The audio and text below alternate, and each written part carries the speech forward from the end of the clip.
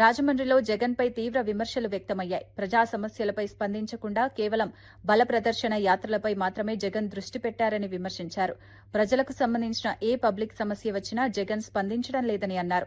Party నాయకులకు ఇబ్బంది వచ్చినప్పుడు మాత్రమే స్పందిస్తున్నారని ఆరోపించారు. పాల వ్యాపారం చేస్తున్న గణేష్ 11 సంవత్సరాలుగా ఈ వ్యాపారం చేస్తున్నాడని గుర్తు చేశారు. ఈ సమయంలో వైఎస్సార్సీపీ ప్రభుత్వం కూడా అధికారంలో ఉన్నదని పేర్కొన్నారు. అప్పట్లో కూడా ఈ విషయాన్ని పట్టించుకోలేదని విమర్శలు గుప్పించారు. ఈ వెండరు అన్లైసెన్స్డ్ మిల్క్ సప్లై చేస్తున్నాడు అంటే మరి జగన్మోహన్ రెడ్డి గారి ప్రభుత్వం కూడా ఉంది కదా, మరి వాళ్ళు గాడిదలు కాసినట్టే కదా.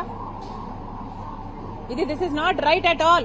ఇప్పటికైనా ప్రభుత్వం మేల్కోవాలి. ఇప్పటికైనా ఫుడ్ సేఫ్టీ డిపార్ట్మెంట్ అన్నది దాని సిబ్బందిని పెంచుకోవాలి. పాల మీద నిరంతరం నిఘా ఉండాలి.